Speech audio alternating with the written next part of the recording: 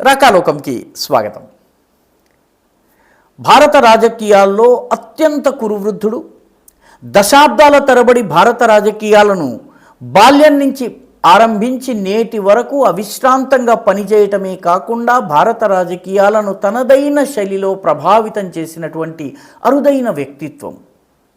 అనేకానేక సామాజిక ఉద్యమాలను, రాజకీయ కార్యక్రమాలను నిర్వహించి ఈ దేశంలో ఒక కొత్త పొలిటికల్ డిస్కోర్స్ని ముందుకు తీసుకొచ్చి 1920లో బ్రిటిషు ప్రభుత్వం నాటినటువంటి విషబీజాల ఫలితాలను ప్రజలకు తెలియజెప్పి కొత్త బాటలు ఈ దేశాన్ని పట్టించినటువంటి వ్యక్తి లాల్ కృష్ణ అద్వానీ గారు. ఆయనకు భారతరత్న ఇవ్వాలని చెప్పి భారత ప్రభుత్వం నిర్ణయించింది. ఇది భారతదేశంలోని సర్వోచ్చ పౌర సన్మానం, అన్నిటికన్నా పెద్ద పౌర సన్మానం. మోదీ ప్రభుత్వం వచ్చిన తర్వాత 5గురికి భారతరత్న ఇచ్చింది. అందులో ఒకరు అస్సాంకి చెందినటువంటి గాయకులు భూపేన్ హజారికా, అస్సాం నుంచి పరమవీర చక్ర భారతరత్న పొందినటువంటి రెండవ వ్యక్తి. మొట్టమొదటి వ్యక్తి గోపీనాథ్ బోర్డులై వాజ్పేయి ప్రభుత్వం ఇచ్చింది. బెంగాల్కు చెందినటువంటి భారత రాష్ట్రపతిగా పనిచేసినటువంటి 4-5 దశాబ్దాలకు పైబడి రాజకీయాలను, దేశ చరిత్రను ప్రభావితం చేసినటువంటి ప్రణబ్ ముఖర్జీ రెండవ వ్యక్తి. మూడవ వ్యక్తి గ్రామీణ వికాసం కోసం జీవితాన్ని వెచ్చించి చివరి క్షణం వరకు తప్పించినటువంటి నానాజీ దేశ్ముఖ్, ఆర్ఎస్ఎస్ కార్యకర్త.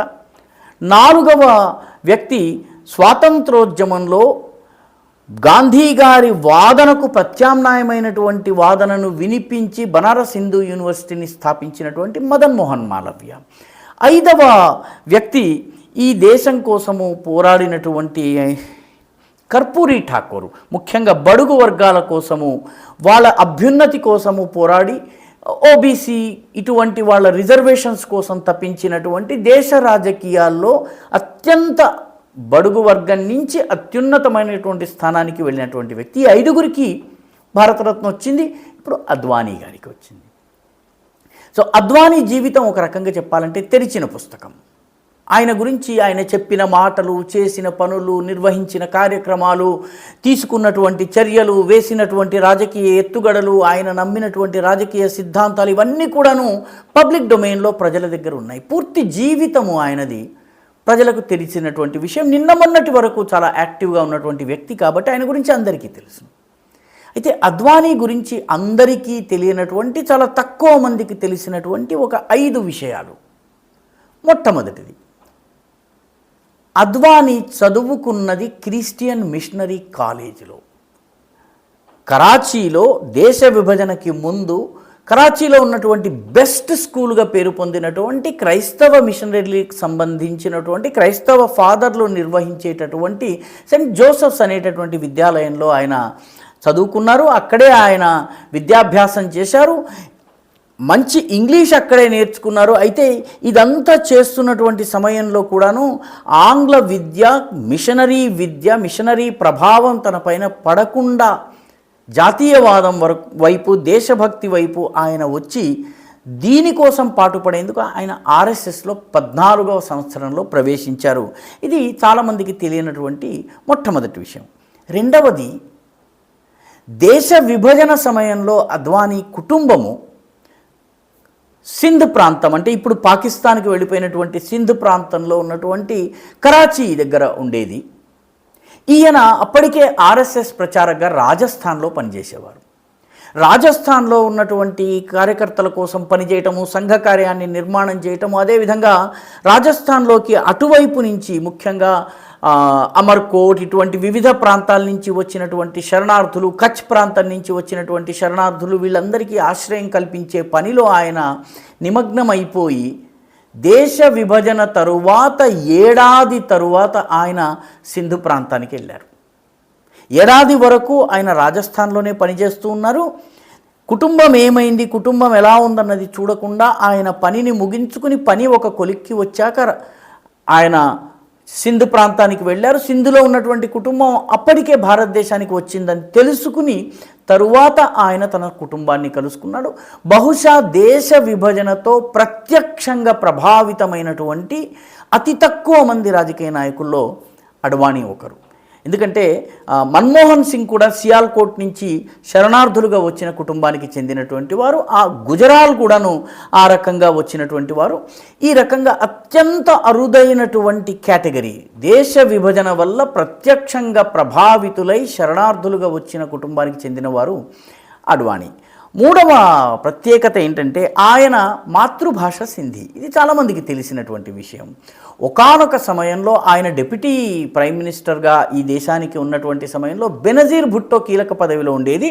పాక్ దేశాధినేత భారతదేశంలోని రెండవ సీనియర్ మోస్ట్ నేత కలిసినప్పుడు ఇద్దరు ఇంగ్లీష్లోనో ఉర్దూలోనో హిందీలోనో మాట్లాడకుండా సింధీ భాషలో మాట్లాడుకున్నారు. ఈరోజు పాకిస్తాన్లో రెండవ అత్యధిక భాష అయిన సింధీ భాషను మాట్లాడగలిగేటటువంటి అతి తక్కువ మంది రాజకీయ నాయకుల్లో అడ్వాణీ ఒకరు. చాలా తక్కువ మంది రాజకీయ నాయకులు, సింధీ రాజకీయ నాయకులు హేము కలానీ కావచ్చును, ఇటువంటి కొందరు కార్యకర్తలు,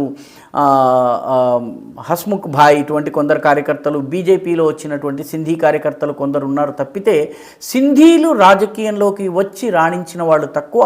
అడ్వాణీజీ నేరుగా సింధీ భాషలో బెనజీర్ భుట్టోతో మాట్లాడేవారు. ఆమె ఈ దేశ పర్యటనకు వచ్చినప్పుడు, ఆయన అక్కడికి వెళ్ళినప్పుడు కూడా ఈ మాటలు సింధీ లాంగ్వేజ్లో జరిగేవి.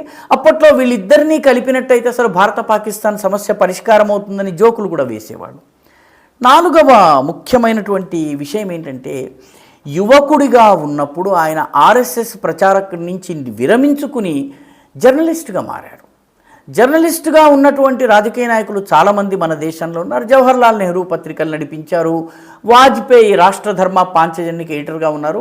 అద్వానీజీ పత్రికకు ఎడిటర్గా లేకపోయినా పత్రికకి సినిమా రివ్యూస్ రాసేవాడు. ఆర్గనైజర్ అనే పత్రికకి ఆయన సినిమా రివ్యూస్ రాసేవాడు. ప్రతి వారము సినిమా చూడటం, సినిమా చూసి వచ్చిన తర్వాత సినిమాకి సంబంధించిన రివ్యూ రాయడము, వేరే పేరుతో రాసేవారు. వేలాది సినిమా రివ్యూస్ ఆయన రాశారు.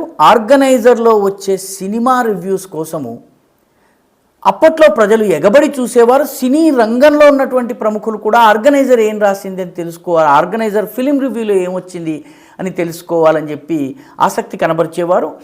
అయితే అది అద్వానీ గారని చాలామందికి తెలియదు. ఆ రకంగా ఆయన చాలా నిశ్శబ్దంగా ఈ రోజుల్లో ఉన్నటువంటి సినీ జర్నలిస్టులు ఏ రకంగానైతే రంగంతో ప్రవేశం పెంచుకుని పరిచయం పెంచుకుంటారో ఆ రకంగా కాకుండా దూరంగా ఉండి ఆయన ఈ పనిని ఢిల్లీలో సినిమాలు చూసి దాని మీద రివ్యూ రాయడం, ఆర్గనైజర్లో తప్పనిసరిగా రివ్యూలు అందించడం, ఆ రివ్యూల కోసము దేశవ్యాప్తంగా ఒక ఉత్సుకత ఉండడం. ఆయన ఒక పుస్తకం కూడా రాశారు. జైల్లో ఉండగా రాసినటువంటి ప్రిజనర్స్ స్క్రాప్ బుక్ అనేటువంటి ఒక పుస్తకం కూడా రాశారు. ఐదవ ముఖ్యమైనటువంటి విషయము అద్వానీ గురించి చాలామందికి ఇప్పటి తరానికి తెలియని విషయం ఏంటంటే 1996లో ఎస్కే జైన్ అనేటువంటి ఒక హవాలా ట్రేడర్ని పివి నరసింహారావు ప్రభుత్వం అరెస్ట్ చేసింది. అరెస్ట్ చేసినప్పుడు ఆయన డైరీని పరిశీలిస్తే డైరీలో అనేక మంది రాజకీయ నాయకుల పేర్లున్నాయి. వీళ్ళందరూ కాంగ్రెస్ పార్టీకి చెందినటువంటి రాజకీయ నాయకులు. ఈ కాంగ్రెస్ పార్టీలో తనకున్నటువంటి ప్రత్యర్థులను దెబ్బతీసేందుకు పివి నరసింహారావు ఈ డైరీని బయటపెట్టి ఆ రాజకీయ నాయకులందరి మీద ఒత్తిడి తేవడం మొదలుపెట్టారు. అందులో అద్వానీ పేరు కూడా ఉంది. అడ్వానీ పేరు ఎప్పుడైతే అందులో కూడా ఉందో, అడ్వానీ పేరు ఉంది అని వార్తల్లో రాగానే ఎల్కే అడ్వానీ తన లోకసభ పదవికి పార్టీ నాయకత్వానికి రాజీనామా చేసేశారు. 1995-96 ప్రాంతంలో జరిగింది. అప్పటికి ఆయన చాలా కీలకమైనటువంటి పదవిలో ఉన్నారు, లోకసభలో చాలా కీలకమైనటువంటి బాధ్యతలో ఉన్నారు. అటువంటి వ్యక్తి తన పదవికి రాజీనామా చేసి దీనిలో నేను క్లియర్ అయ్యేంత వరకు, నేను నిర్దోషినని రుజువు అయ్యేంత వరకు మళ్ళీ నేను ఎన్నికల్లో పోటీ చేయనన్నారు ఆయన. ఈ రోజుల్లో సమ్మన్లు వస్తున్నా కూడాను అందుకోవడానికి నిరాకరించేసేసి అవినీతి వ్యతిరేక పోరాటం చేస్తున్నామని చెప్పేటటువంటి అరవింద్ కేజ్రీవాల్ నుంచి మైనింగ్ లీజుల్లో కోట్లు సంపాదించినటువంటి హేమంత్ సొరేన్ వంటి వాళ్ళ దాకా అనేక మంది తమ పదవిని, తమ హోదాను అడ్డుపెట్టుకుని తప్పించుకునే ప్రయత్నం చేస్తే అడ్వానీజీ మాత్రము రాజీనామా చేశారు. ఆయన రాజీనామా చేసినప్పుడు పివి నరసింహారావు మీ మీద మాకు అనుమానం లేదు, మీరు రాజీనామా చేయకండి అని చెప్పి వ్యక్తిగతంగా అడిగారు కూడా. తరువాత ఆయన నిర్దోషి అని రుజువయ్యి, ఆ రకమైన నోటింగ్స్ లేవని, ఎటువంటి ఆధారాలు లేవని రుజువైన తర్వాత ఆయన మళ్ళీ క్రియాశీలక రాజకీయాల్లోకి వచ్చారు. ఇంత మచ్చలేనటువంటి వ్యక్తిత్వం ఆయనది. ఈ 5 విషయాలు అద్వానీకి సంబంధించి చాలా తక్కువ మందికి తెలుసు. ఈ వీడియో మీకు నచ్చినట్టయితే లైక్ చేయండి, షేర్ చేయండి, ఈ ఛానల్కు సబ్స్క్రైబ్ చేయండి, మీ అభిప్రాయాన్ని కమెంట్ల రూపంలో తప్పనిసరిగా పంపించండి.